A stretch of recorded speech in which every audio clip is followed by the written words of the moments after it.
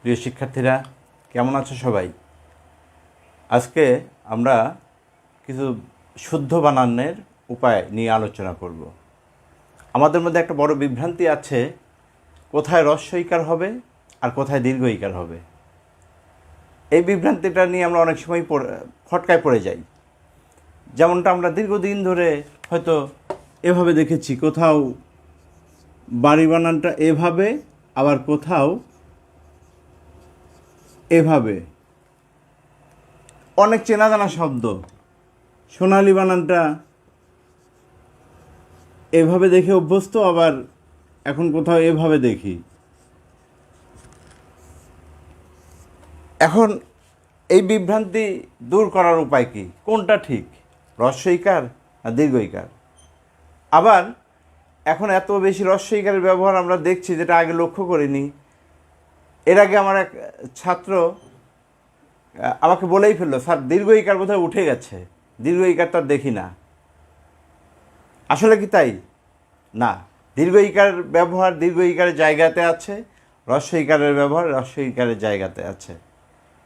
এরকম এই বিভ্রান্তি দূর করার জন্য কোথায় কোন শব্দের ব্যবহার করতে হবে, বিভ্রান্তি দূর করার জন্য আমরা এর উপায়গুলো নিয়ে আলোচনা করব। সেগুলো আমরা একটু খেয়াল করি। আমাদের তাহলে আজকের আলোচ্য বিষয় হ্রস্ব স্বরধ্বনি ও দীর্ঘ স্বরধ্বনির ব্যবহার। হ্রস্ব স্বরধ্বনি বলতে আমরা কী বুঝি? হ্রস্ব ই এবং হ্রস্ব উ। দীর্ঘ স্বরধ্বনি বলতে কী বুঝি? দীর্ঘ ই এবং দীর্ঘ উ। এইগুলোর কোথায় কোনটা ব্যবহার হবে সেগুলো নিয়ে আমরা আলোচনা করব। প্রথমত যে নিয়মটা আমরা এখানে মনে রাখব, অতৎসম শব্দ,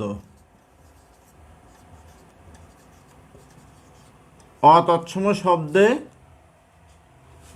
হ্রস্ব স্বরধ্বনির ব্যবহার হয়, অর্থাৎ হ্রস্ব ই বা হ্রস্ব উ এর ব্যবহার হয়। শব্দটা যখন অতৎসম হয়, অতৎসম বলতে যেটা সংস্কৃত শব্দ না, সংস্কৃত শব্দ না হলে সেটাকে বলা হয় হলো অতৎসম শব্দ। আমরা কিছু উদাহরণ খেয়াল করি। যেমন ধরো, সংস্কৃত শব্দ বা তৎসম শব্দ হলো হস্তি। হস্তি বানানে কি লেখা আছে? দীর্ঘ ইকার দিয়ে। এই হস্তি শব্দটা যখন হাতি হয়ে গেল, তদ্ভব রূপ হাতি, এই হাতি হয়ে গেল মানে এটা অতৎসম হয়ে গেল। হস্তি বানানে দীর্ঘ ইকার ছিল, এই শব্দটি যখন হাতি হয়ে গেল তখন হ্রস্ব ইকার। তখন যদি আমরা হাতি বানানে দীর্ঘ ইকারটা দেই, আমরা যদি হাতি বানানে এভাবে দীর্ঘ ইকার দিয়ে লিখি, তাহলে এটা ভুল শব্দ। আবার ধরো, আমরা সংস্কৃত শব্দটা হলো সূর্য, এটা তৎসম শব্দ, দন্তস্বয় দীর্ঘ উকার দিয়ে আছে। এই শব্দটা যখন রূপান্তরিত হয়ে সুরুজ হয়ে গেল, তাহলে এটা অতৎসম শব্দ। সূর্য বানানে দীর্ঘ উকার, সুরুজ বানানে হ্রস্ব উকার। এরকম বলা হচ্ছে অতৎসম শব্দে সবসময় হ্রস্ব ই অথবা হ্রস্ব, অর্থাৎ হ্রস্ব স্বরধ্বনির ব্যবহার হবে।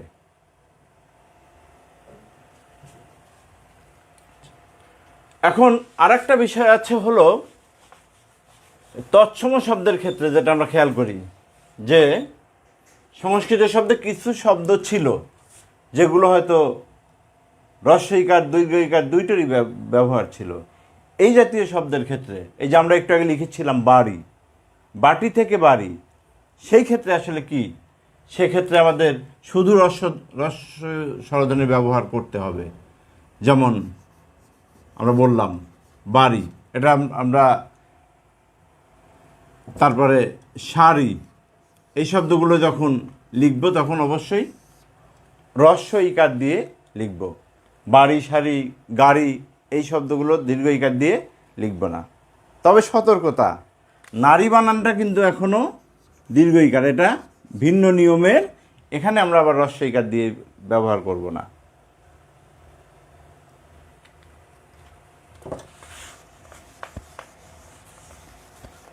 এই অতৎসম শব্দর মধ্যে আর একটা উল্লেখযোগ্য কথা তোমাদের পরিষ্কার করার জন্য বলি, বিদেশি শব্দ, এটা অতৎসম শব্দের শ্রেণীভুক্ত। তো বিদেশি কোনো শব্দ যদি আমরা কখনো লিখি, মনে রাখতে হবে বিদেশি শব্দ মানেই দীর্ঘ স্বরধ্বনির ব্যবহার নেই। বিদেশি শব্দে সবসময়ই হ্রস্ব স্বরধ্বনির ব্যবহার হয়। যেমন ধরো আমরা স্টেডিয়াম শব্দটা এখানে লিখতে পারি, স্টেডিয়াম শব্দটা বিদেশি শব্দ। বিদেশি শব্দ হওয়ার কারণে আমরা যদি এখানে দীর্ঘ ইকার দেই সেটা ভুল হবে। বিদেশি শব্দ মানেই হ্রস্ব স্বরধ্বনি।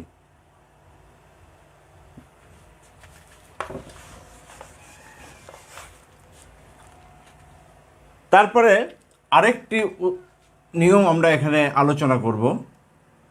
এই যে সোনালী যেটা আমরা লিখেছিলাম, সোনালী বানানটা তো আমরা এখনও যদি সোনালী ব্যাংকে যাই তাহলে দেখতে পাবো এইভাবে লেখা আছে। সোনালী ব্যাংক একটি প্রতিষ্ঠান, তারা তাদের নিয়ম অনুসারে যে বানানে লিখবে সেটাই শুদ্ধ, প্রতিষ্ঠানের বানানে ভুল নেই। কিন্তু আমরা যখন সোনালী শব্দটা ব্যবহার করব, অর্থাৎ সোনালী সূর্য, সোনালী বিকেল, এরকম ক্ষেত্রে যখন ব্যবহার করব তখন আমাদের সঠিক বানানে ব্যবহার করতে হবে। সে বানানটা তাহলে কি বানানে হবে আমরা একটু নিয়মটা দেখি। এখানে বলা হচ্ছে আলি প্রত্যয়যুক্ত। কিছু কিছু শব্দ আছে আলি প্রত্যয়যুক্ত। আলি প্রত্যয়যুক্ত শব্দে হ্রস্ব ইকার হয়, অর্থাৎ সোনা যোগ আলি শব্দটা হলো সোনা শব্দের সঙ্গে আলি প্রত্যয়যুক্ত হয়েছে সোনালী, তাহলে এখানে দীর্ঘ ইকার দিলে ভুল হবে। তারপরে একই রকম মিতা যোগ আলি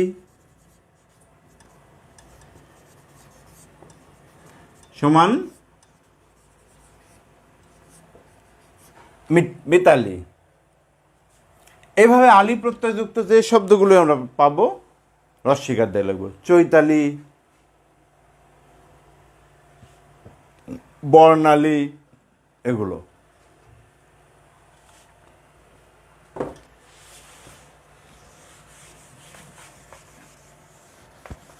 আমরা এবার একটু আর একটা নিয়মে যাই মনে রাখার সাথে।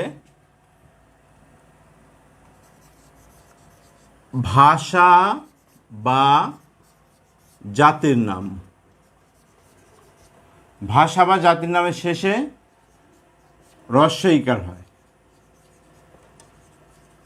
কোনো ভাষার নাম বা জাতির নাম লিখতে গেলে আমরা দীর্ঘ ইকার দিয়ে লিখব না। আমরা অনেক সময় লিখে থাকি বা পড়েও থাকি, আরবি শব্দটা এই বানানে অনেক ক্ষেত্রে আমরা দেখি। তোমাদের কি মনে হয় এটা কি ঠিক আছে? নিশ্চয়ই ঠিক নেই, কারণ ভাষার নাম বা জাতির নাম হলে হ্রস্ব ইকার। তাহলে এটা হলো ভুল শব্দ। আমরা শুদ্ধভাবে লিখলে সেটা হলো আরবি। এরকমভাবে ফার্সি একটা ভাষার নাম, হিন্দি ভাষার নাম, এরকমই জাপানি ভাষা বা জাতির নাম। এই বানানগুলোতে কি করতে হবে? হ্রস্ব ইকার দিয়ে লিখতে হবে। দীর্ঘ ইকার দিয়ে যদি আমরা লিখি তাহলে এই বানানটা ভুল হয়ে যাবে।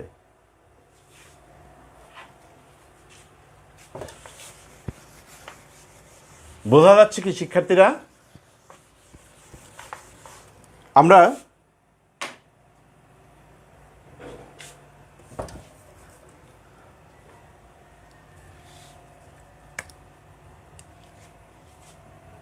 আরেকটি হলো আমাদের যে পদাশ্রিত নির্দেশক আছে, টি, বইটি, কলমটি, এই যে টি একটি পদাশ্রিত নির্দেশক।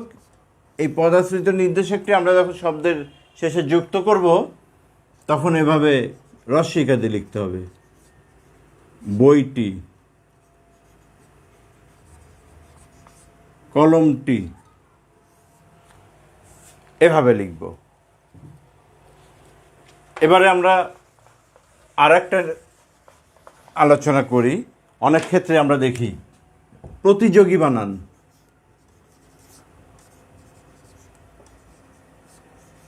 প্রতিযোগী বানান তো নিঃসন্দেহে এটা, নাকি? আবার এর সঙ্গে পাশাপাশি আবার দেখি প্রতিযোগিতা, এটা কি ঠিক আছে? আমরা যখন প্রতিযোগী বানান লিখবো দীর্ঘইকার, কিন্তু প্রতিযোগিতা যখন লিখবো দীর্ঘইকার হবে না, শব্দটা লিখতে হবে এইভাবে, তখন রস্বইকার দিয়ে। কেন তখন রস্বইকার, সেই নিয়মটা আমরা একটু দেখব। আচ্ছা, এটা হলো তা প্রত্যয় যুক্ত হয়েছে, তা, তয়, ব, ইনি। এই প্রত্যয়গুলো যদি কোনো শব্দের সঙ্গে যুক্ত হয়, তখন ওই শব্দের শেষে ইনি যুক্ত হলে পদের শেষের দীর্ঘইকার হ্রস্বইকারে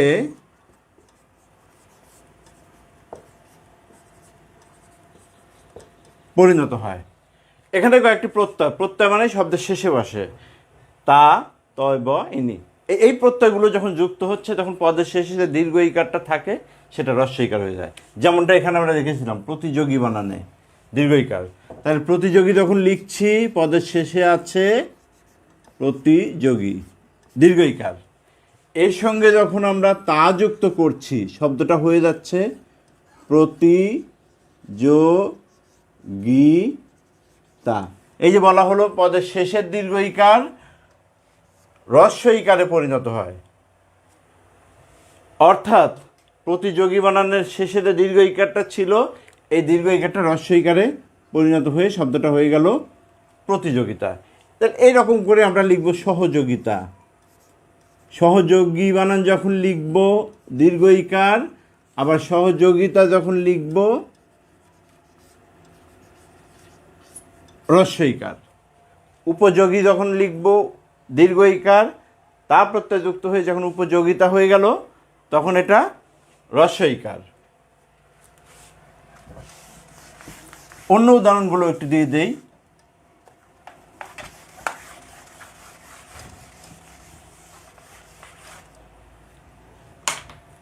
মন্ত্রী বানান, মন্ত্রী বানান তো নিশ্চয়ই দীর্ঘইকার। আমি যখন এর সঙ্গে তয় ব যুক্ত করছি শব্দটা হয়ে যাচ্ছে মন্ত্রিত্ব। এইখানে এসে হ্রস্বইকার হয়ে গেল, পদের শেষে দীর্ঘইকার হ্রস্বইকার হয়ে গেল। আমরা ইনিট দিয়ে একটা উদাহরণ দেই। দুঃখী বানান কি? এভাবে ক্ষয় দীর্ঘইকার। এইটা যখন এর সঙ্গে ইনিটা যুক্ত করব তখন শব্দটা হয়ে যাবে দুঃখিনী। দুঃখিতে দীর্ঘইকার, ইনি প্রত্যয় যুক্ত হওয়ার ফলে পদের শেষে ক্ষয়ের সঙ্গে যে দীর্ঘইকার ছিল এটা হ্রস্বইকার হয়ে গেছে, দুঃখিনী। ভিখারি শব্দে দীর্ঘইকার, আবার যখন ভিখারিনী লিখব ভিখারিনী যখন লিখব তখন সেটা এই রয়ের সঙ্গে যে দীর্ঘইকার ছিল সেটা হ্রস্বইকার হয়ে যাবে। বোঝা যাচ্ছে কি? নিয়মগুলো আমরা একটু মনে রাখব। তো এখন আমরা কি দেখতে পাচ্ছি? মনে হচ্ছে যে শুধু সব দীর্ঘ এইগুলো হ্রস্বই, তাই তো? দীর্ঘইকার ব্যবহার তাহলে আছে না নাই? হ্যাঁ, দীর্ঘইকারের ব্যবহার তো নিঃসন্দেহে আছে। আমরা বলেছি দীর্ঘইকারের জায়গাতে দীর্ঘইকার, হ্রস্বইকারের জায়গাতে হ্রস্বইকার। একটু দীর্ঘইকারের ব্যবহারটা আমরা দেখি।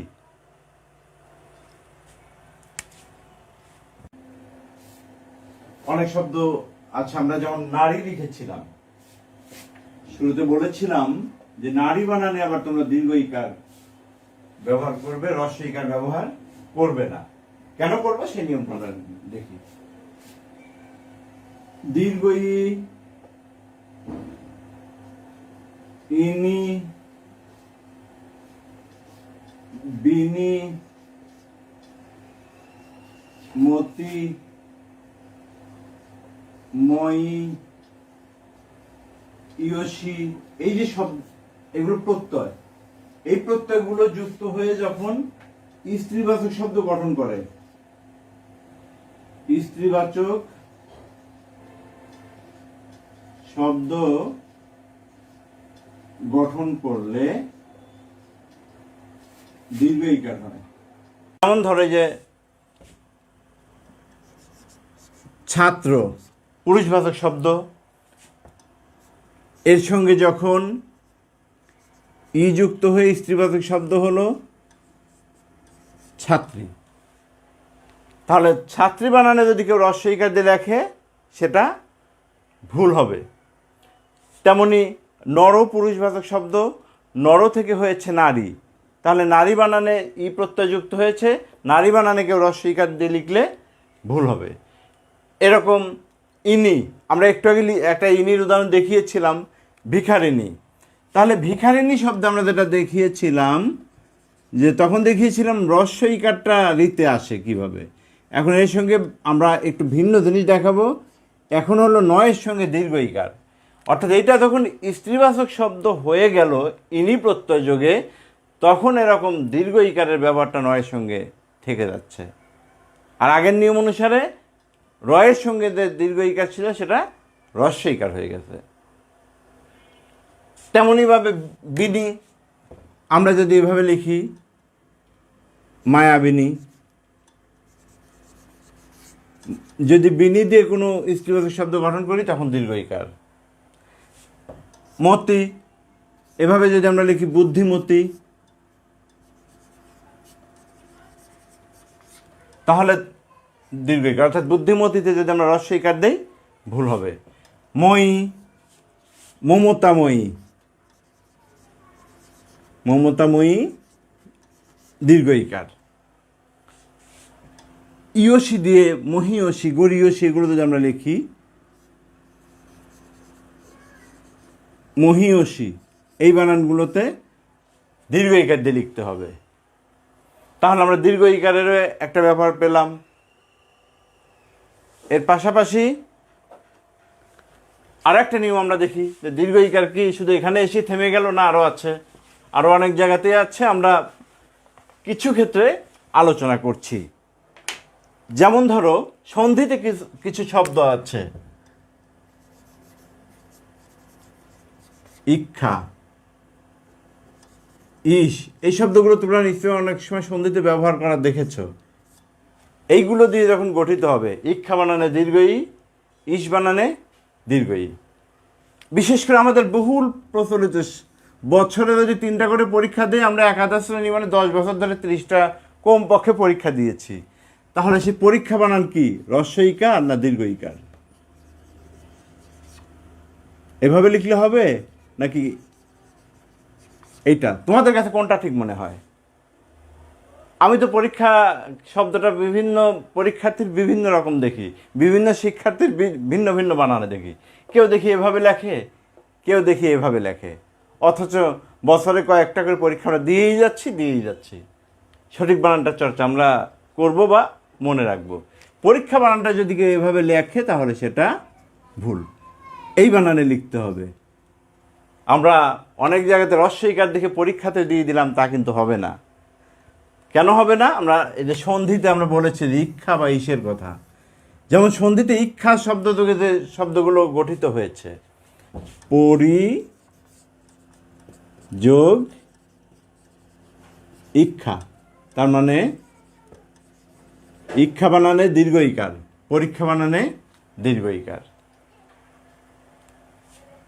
তারপরে নিরীক্ষা, এই একই রকম ব্যাপার।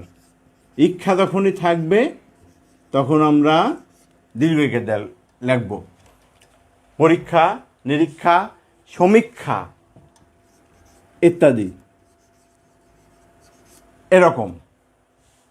আবার আর একটা আমরা দেখিয়েছি ইস, এটা কিন্তু আবার ওই ইস না, ব্যথা পেলাম ইস, সেটা কিন্তু আর ভিন্ন। ওটা হলো বিস্ময়সূচক শব্দ, ইস কি শীত, সেটা হ্রস্ব ইকার। কিন্তু আমরা এটা হলো সন্ধিতে যেটা ব্যবহার করছি ইস বানানে। যেমন ধরো আমরা কিছু শব্দ দেখে থাকি, যেমন নবিশ,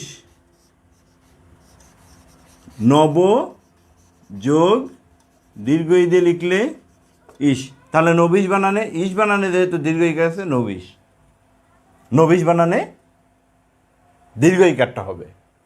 এরকমই আরো অনেক শব্দ আছে।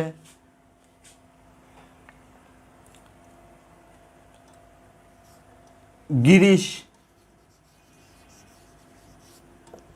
গিরিযোগীশ, গিরিশ, নবিশ। এভাবে আমরা যখন ইস শব্দের ব্যবহার করব তখন দীর্ঘ ই, ইক্ষা শব্দ শব্দে দীর্ঘ ইটা যেন আমরা ঠিক রাখি। এরকম আরও অনেক ক্ষেত্র আছে, সেগুলো আবার কোনো দিন আমরা প্রয়োজনে আলোচনা করব। তাহলে আমরা এখন যেগুলো আলোচনা করলাম সেগুলো কি বোঝা গেল? কেমন বোঝা গেল? একটু দুই একটি শব্দ আমরা মিলিয়ে নেই।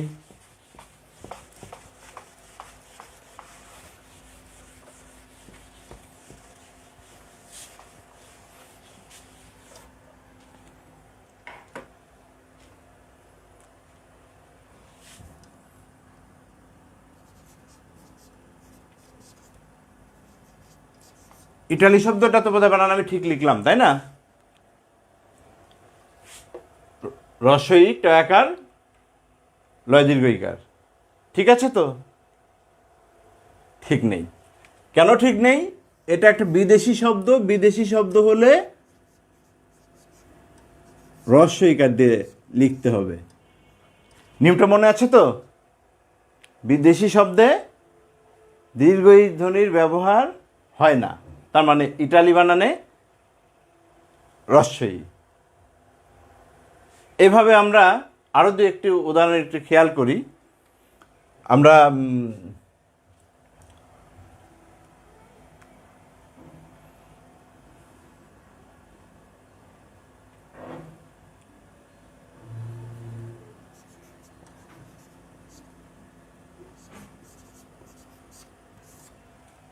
বন্দিত্ব বানানটা খেয়াল করি তো, ঠিক আছে তো নাকি? তয়বা যুক্ত হলো, দীর্ঘ ইকার থাকলো, ঠিক আছে? নিয়মটা কি বলেছিল আমাদের? তয়বা প্রত্যয় যখন যুক্ত হয় তখন শব্দের শেষে দীর্ঘ ইকার রস্ব ইকারে পরিণত হয়। তার মানে আমরা যদি বন্দিত্ব লিখি, এভাবে লিখতে হবে, বন্দিত্ব।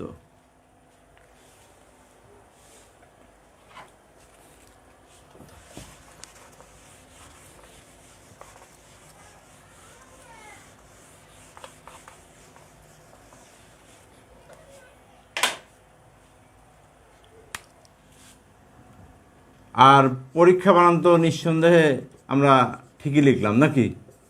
পরীক্ষা এভাবেই তো, তাই না?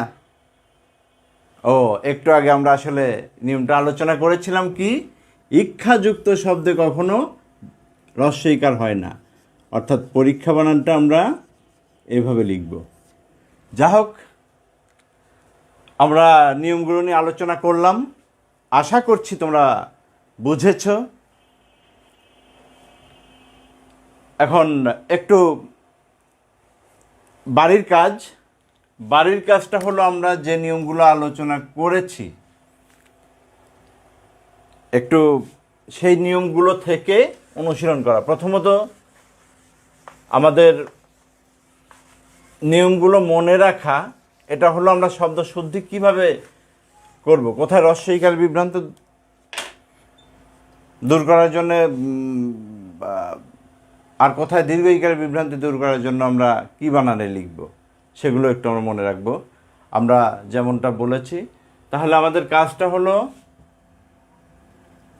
5টি নিয়ম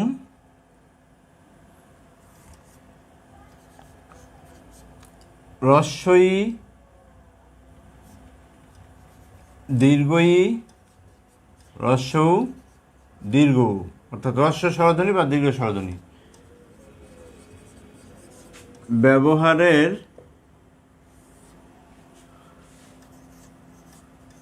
পাঁচটি নিয়ম নিজের ভাষায় লেখো। আমরা যেগুলো আলোচনা করেছি এখান থেকে 5টা নিয়ম নিজের ভাষায় লিখে রাখতে হবে, আর পাশাপাশি উদাহরণ নিজের প্রয়োজনেই করবে। তো যা হোক, আজকের ক্লাসটা শেষ করছি। তোমরা সবাই ভালো থেকো, শুভকামনা। সচেতন থেকো, কারণ এখন আবার করোনা বৃদ্ধি পাচ্ছে আমাদের আশেপাশে। এই করোনাকালে আমরা নিরাপদ বা সুস্থ থাকার জন্য স্বাস্থ্যবিধি মেনে চলব। একটু মানুষের সঙ্গে ঘনিষ্ঠতা কমিয়ে দিয়ে আবার একটু দূরত্ব বজায় রাখবো। আবার মাস্কটা যেন ব্যবহারটা নিশ্চিত করতে পারি, প্রয়োজনে হ্যান্ড স্যানিটাইজার নিয়ে চলবো, একটু স্বাস্থ্যবিধি মেনে চলি। কারণ আমাদের আশেপাশে, বিশেষ করে আমাদের কাশীনাথপুর অঞ্চলের আশেপাশে কিন্তু ইদানিং করোনা রোগী বৃদ্ধি পাচ্ছে। সবাই ভালো থাকো, সুস্বাস্থ্য কামনা করছি। আল্লাহ হাফেজ।